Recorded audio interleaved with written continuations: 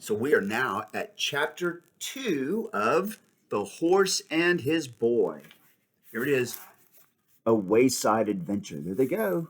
There goes Bree, and there goes Shasta. It was nearly noon on the following day when Shasta was awakened by something warm and soft moving over his face. He opened his eyes and found himself staring into the face of a horse. Its nose and lips were almost touching his. He remembered the exciting events of the previous night and sat up, but as he did so, he groaned. "Oh, Bree," he gasped, "I'm so sore all over I can hardly move." "Good morning, small one," said Bree. "I was afraid you would feel a bit stiff. It can't be the falls. You didn't have more than a dozen or so, and it was all lovely, soft, springy turf. That must have been almost a pleasure to fall on. And the only one that might have been nasty was broken by the gorse bush. No, it's the riding itself that comes hard at first. But what about breakfast? I've had mine." "Oh, bother breakfast, bother everything," said Shasta. "I tell you, I can't move." Uh-oh. But the horse nuzzled at him with its nose and pawed him gently with a hoof till he had to get up. And then he looked about him and saw where they were. Behind them lay a little copse. Before them, the turf, dotted with white flowers, sloped down to the brow of a cliff. Far below them, so that the sound of the breaking waves was very faint, lay the sea. Shasta had never seen it from such a height, and never seen so much of it before, nor dreamed how many colors it had. On either hand, the coast stretched away, headland after headland, and at the points you could see the white foam running up the rocks, but making no noise because it was so far off. There were gulls flying overhead, and the heat shivered on the ground. It was a blazing day, but what Shasta chiefly noticed was the air. He couldn't think what was missing until at last he realized that there was no smell of fish in it. For, of course, neither in the cottage nor among the nets had he ever been away from that smell in his life, and this new air was so delicious, and all his old life seemed so far away that he forgot for a moment about his bruises and his aching muscles, and said, "I say, Bree, didn't you say something about breakfast?" "Yes, I did," answered Bree. "I think you'll find something in the saddlebags. They're over there on the tree where you hung them up last night, or early this morning, rather." They investigated the saddlebags, and the results were cheering. A meat pasty only slightly stale, a lump of dried figs, and another lump of green cheese, a little flask of wine, and some money. About 40 crescents in all, which was more than Shasta had ever seen. While Shasta sat down painfully and cautiously, with his black back against the tree, and started on the pasty, Bree had a few more mouthfuls of grass to keep him company. "Won't it be stealing to use this money?" asked Shasta. "Oh," said the horse, looking up with its mouth full of grass, "I never thought of that. A free horse and a talking horse mustn't steal, of course. But I think it's all right. We're prisoners and captives in enemy country. That money is booty, spoil. Besides, how are we to get any food for you without it? I suppose, like all humans, you won't eat natural foods like grass and oats." "Well, I can't." "Ever tried?" "Yes, I have. I can't get it down at all. You couldn't either if you were me." "You're rum little creatures, you humans," remarked Bree. When Shasta had finished his breakfast, which was by far the nicest he had ever eaten, Bree said, "I think I'll have a nice roll before we put on that saddle again," and he proceeded to do so. "Oh, that's good. That's very good." So he's rolling on his back. "Oh," he said, rubbing his back on the turf and waving all four of his legs in the air. "You ought to have one too, Shasta," he snorted. "It's most refreshing." But Shasta burst out laughing and said, "You do look funny when you're on your back." "I look nothing of the sort," said Bree. But then suddenly he rolled around on his side, raised his head, and looked hard at Shasta, blowing a little. "Does it really look funny?" he asked in an anxious voice. "Yes, it does," replied Shasta, "but what does it matter?" "You don't think, do you," said Bree, "that it might be a thing talking horses never do? A silly, clownish trick I've learned from the dumb ones? It would be dreadful to find when I get back to Narnia that I've picked up a lot of low, bad habits. What do you think, Shasta? Honestly now, don't spare my feelings. Should you think The real free horses, the talking horses, do roll? How should I know? Anyway, I don't think I should bother about it if I were you. We've got to get there first. Do you know the way? I know my way to Tashbaan. After that comes the desert. Oh, we'll manage the desert somehow, never fear. Why, we'll be in the sight of the northern mountains then. Think of it. To Narnia and the north. Nothing will stop us then. But I'd be glad to be past Tashbaan. You and I are safer away from the cities. Can't we avoid it? Not without going a long way inland, and that would take us into cultivated land and main roads, and I wouldn't know the way. No, we'll have to creep along the coast up here on the downs. We'll meet nothing but sheep and rabbits and gulls and a few shepherds. And by the way, what about starting? Shasta's legs ached terribly as he saddled Bree and climbed into the saddle, but the horse was kindly to him and went at a soft pace all afternoon. When evening twilight came, they dropped by steep tracks into a valley and found a village. Before they got into it, Shasta dismounted and entered it on foot to buy a loaf and some onions and radishes. The horse trotted round by the fields in the dusk and met Shasta at the far side. This became their regular plan every second night. These were great days for Shasta, and every day better than the last, as his muscles hardened and he fell less often. Even at the end of his training, Bree still said he sat like a bag of flour in the saddle. And even if it was safe, young'un, I'd be ashamed to be seen with you on the main road. But in spite of his rude words, Bree was a patient teacher. No one can teach riding so well as a horse. Shasta learned to trot, to canter, to jump, and to keep his seat even when Bree pulled up suddenly or swung unexpectedly to the left or the right, which, as Bree told him, was a thing you might have to do at any moment in a battle. And then, of course, Shasta begged to be told of the battles and wars in which Bree had carried the Tarkin, and Bree would tell of forced marches and the fording of swift rivers, of charges and of fierce fights between cavalry and cavalry, when the war horses fought as well as the men, being all fierce stallions, trained to bite and kick, and to rear at the right moment so that the horses' weight as well as the riders would come down on the enemy's crest in the stroke of a sword or battle axe. But Bree did not want to talk about the war so often as Shasta wanted to hear about them. Don't speak of them, youngster, he would say. They were only the Tisroc's wars, and I fought in them as a slave and a dumb beast. Give me the Narnian wars, where I shall fight as a free horse among my own people. Those will be wars worth talking about. Narnia and the North. Bro! Shasta soon learned, when he heard Bree talking like that, to prepare for a gallop. After they had traveled on for weeks and weeks past more bays and headlands and rivers and villages than Shasta could remember, there came a moonlit night when they started the journey at evening, having slept during the day. They had left the downs behind them and were crossing a wide plain with a forest about half a mile away on their left. The sea, hidden by low sandhills, was about the same distance on their right. They had jogged along for about an hour, sometimes trotting and sometimes walking, when Bree suddenly stopped.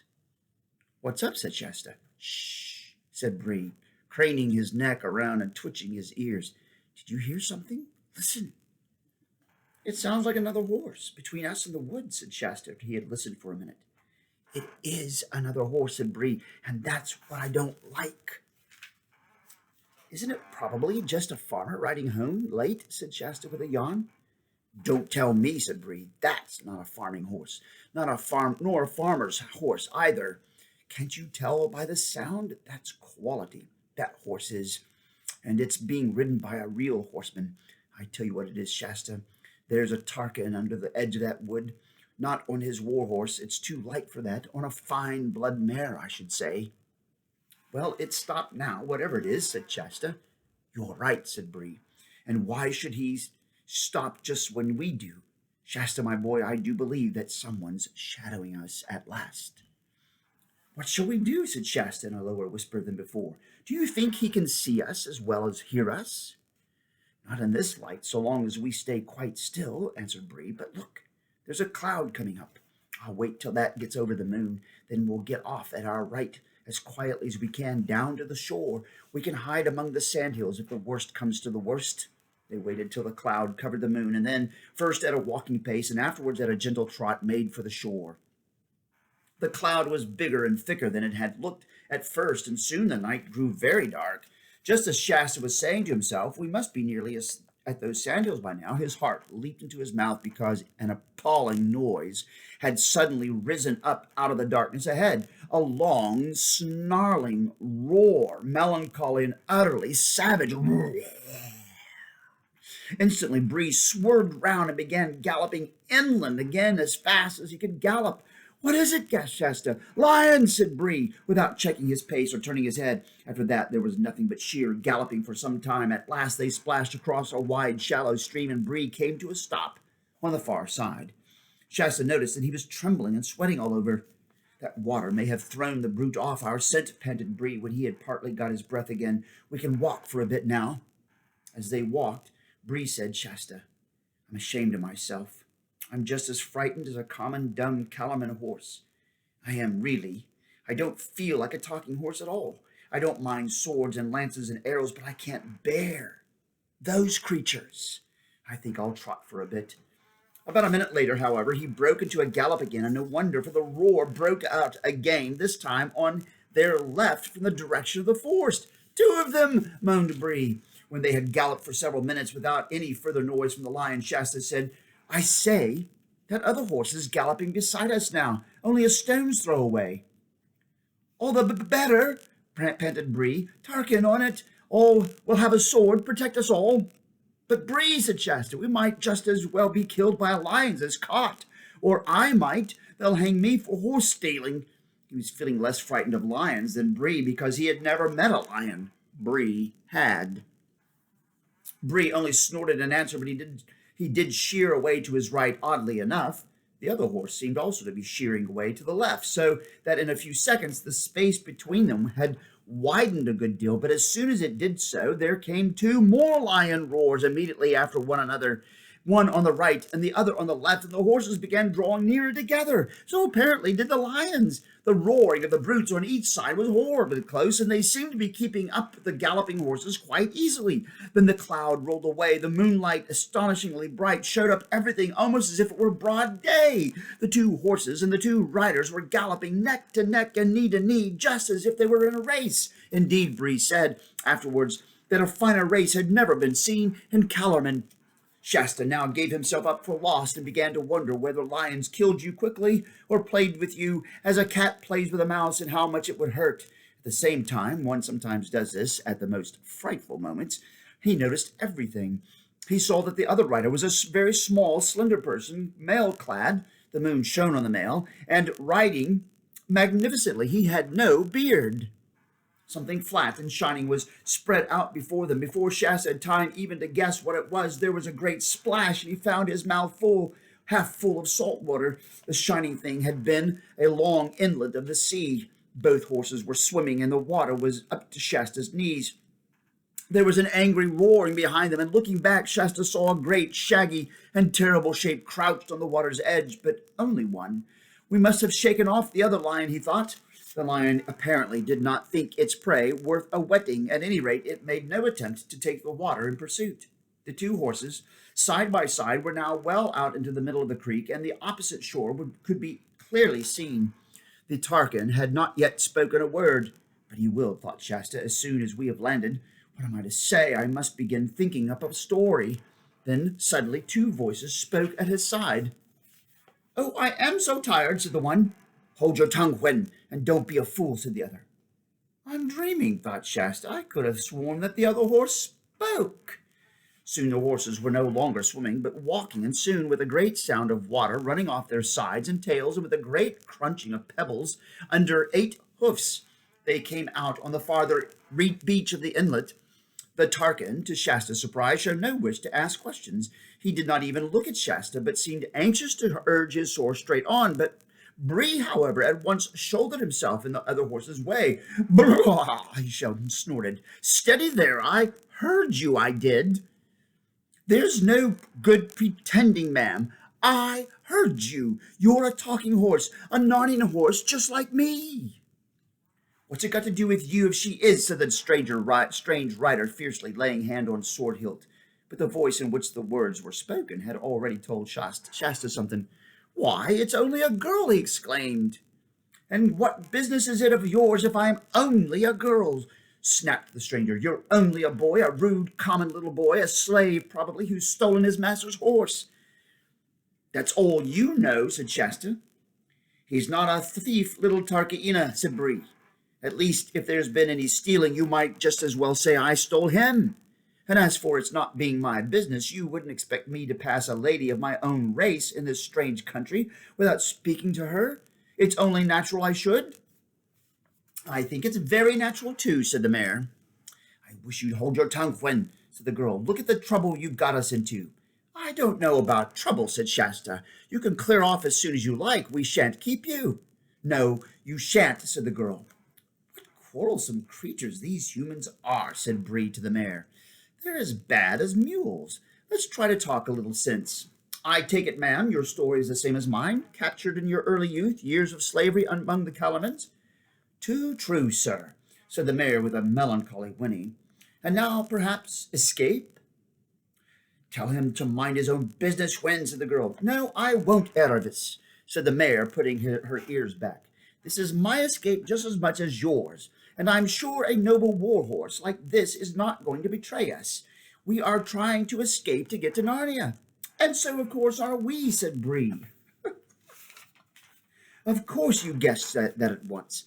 A little boy in rags riding or trying to ride a war horse at dead of night couldn't mean anything but an escape of some sort. And if I may say so, a high-born Tarkaina riding alone at night, dressed up in her brother's armor and very anxious for everyone to mind their own business and ask her no questions, well, if that's not fishy, call me a cob." "All right, then," said Aravis. "You've guessed it. Quinn and I are running away. We are trying to get to Narnia, and now what about it?" "Why, in that case, what is to prevent us all going together?" said Bree. I trust Madam Quinn, you will accept such assistance and protection as I may be able to give you on the journey." "Why do you keep on talking to my horse instead of to me?" asked the girl. "Excuse me, Tarkina," said Bree, with just the slightest backward hilt of its ears, "but that's Calorman talk. We're free Narnians, Gwen and I suppose if you're running away to Narnia, you want to be one too. In that case, Gwen isn't your horse any longer. One might just as well say you're her human." The girl opened her mouth to speak and then stopped. Obviously, she had not quite seen it in that light before. "Still," she said after a moment's pause, "I don't know that there's so much point in all this going together. Aren't we more likely to be noticed?" "Less," said Bree, and the mayor said, "Oh, do let's. I should feel much more comfortable. We're not even certain of the way. I'm sure a great charger like this knows far more than we do." "Oh, come on, Bree," said Shasta, "and let them go their own way. Can't you see they don't want us?" "We do," said Gwen. "Look here," said the girl, "I don't mind going with you, Mr. Warhorse, but what about this boy? How do I know he's not a spy?" "Why don't you say at once what you think? I'm not good enough for you," said Shasta. "Be quiet, Shasta," said Bree. "The Tarkaina's question is quite reasonable. I'll vouch for the boy Tarkaina. He's been true to me and a good friend, and he's certainly neither a Narnian nor an Arkenlander." "All right, then. Let's go together." But she didn't say anything to Shasta, and it was obvious that she wanted Bree, not him. "Splendid," said Bree. "And now that we've got the water between us and those dreadful animals, what about you two humans taking off our saddles and our all having a rest and hearing one another's stories?" Both the children unsaddled their horses, and the horses had a little grass, and Aravis produced rather nice things to eat from her saddlebag, but Shasta sulked and said no thanks, and that he wasn't hungry, and he tried to put on what he thought very grand and stiff manners, but as a fisherman's hut is not usually a good place for learning grand manners, the result was dreadful. And he half knew that it wasn't a success, and then became sulkier and more awkward than ever. Meanwhile, the two horses were getting on splendidly. They remembered the very same places in Narnia, the grasslands up above Beaver's Dam, and found that they were some sort of second cousins once removed. This made things more and more uncomfortable for the humans, until at last Bree said, "And now, Tarkaina, tell us your story, and don't hurry it. I'm feeling comfortable now." Aravis immediately began, sitting quite still and using a rather different tone and style from her usual one, for in Calorman, storytelling, whether the stories are true or made up, is a thing you're taught, just as English boys and girls are taught essay writing. The difference is that people want to hear the stories, whereas I never heard of anyone who wanted to read the essays.